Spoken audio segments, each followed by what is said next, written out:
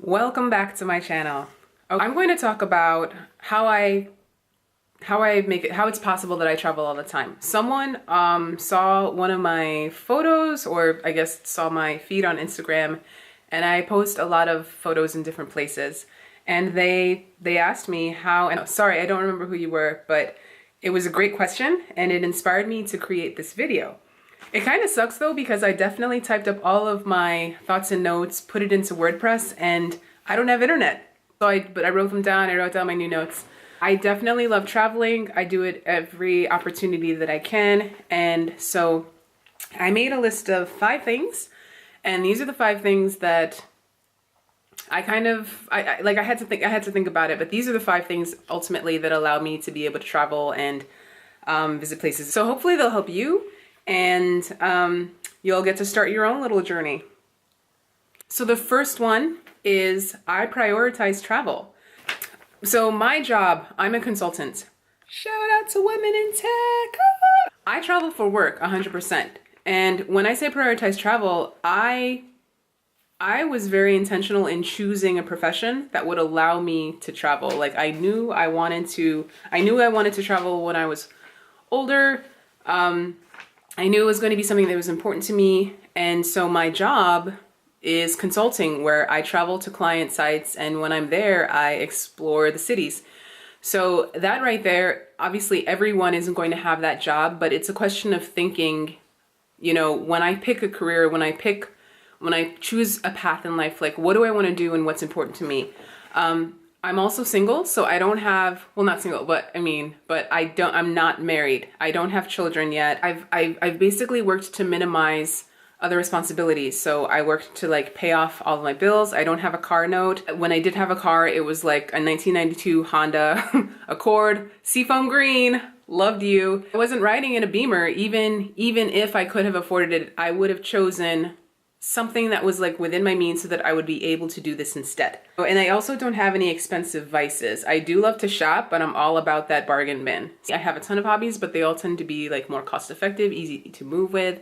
And I just also constantly work with Groupon and deals and stuff when it comes to the hobbies that I do have. So I travel for work and I minimize my other responsibilities.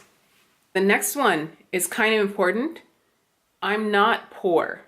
I'm not living in poverty. Like I'm not living below the poverty line. I'm not poor. I don't know what your definition of poor is, but like I'm definitely solid middle class, and in some countries probably upper like 10 to 1%. I have a solid job, a good job. But even if I was making, you know, less, that doesn't mean that you can't travel. It's all a question of like your mind. I would definitely say I'm solid middle class. So I can afford to save. And believe it or not, a lot of people can afford to save, but they don't. There are a lot of people who cannot afford to save at all. But a lot of people can afford to save. They just choose not to, or they spend their money on other things. For instance, like I said, spending money on a certain type of lifestyle. You know, maybe living in a smaller apartment instead of a larger one, or having roommates so that you can then travel because you're not going to spend that much time anyway. I probably see my apartment at least when I just moved to, or I just got transferred to Germany for work, but when I was living in the States, I would probably see my apartment 1 to 2 days a month, because I was always on the move, because that's what was like, I wanted to visit places. And if I'm only there 1 to 2 days a month, all I really need is a place to store my stuff. I don't need a place as a full, you know, stainless steel kitchen and this and that. So it's a question of that. But again, like you don't have to be rich to travel. I do, like I make my own money now. When I was younger, we weren't rich. We were, you know, my parents were both immigrants. I'm first generation American, but they knew that it was very important to travel and to see things. We were Aldi shoppers.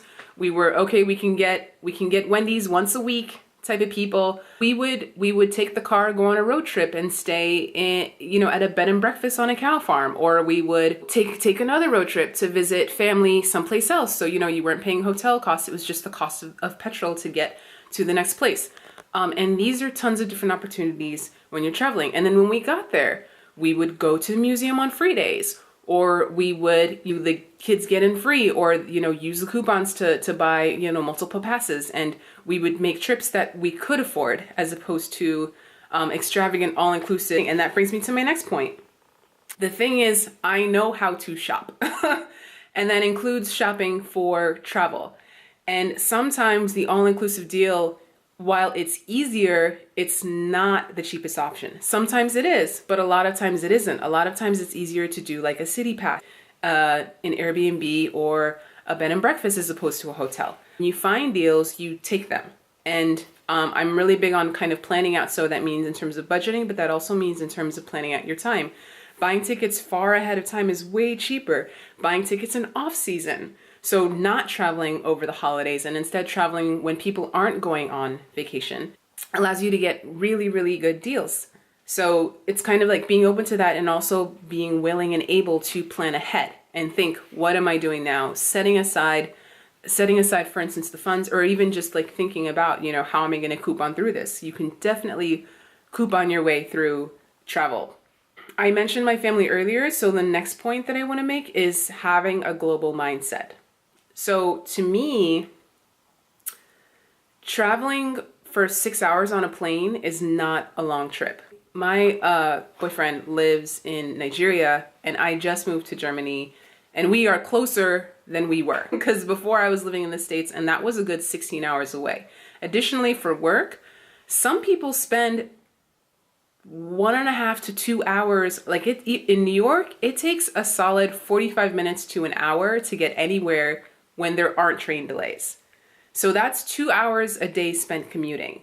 When I'm on a traveling project, I spend, well, depending on the project, a 1.5 to 2 hour plane ride, or even a 3 hour plane ride once a week saves me more commuting time than someone who's commuting 2 hours a day in traffic day in, day out.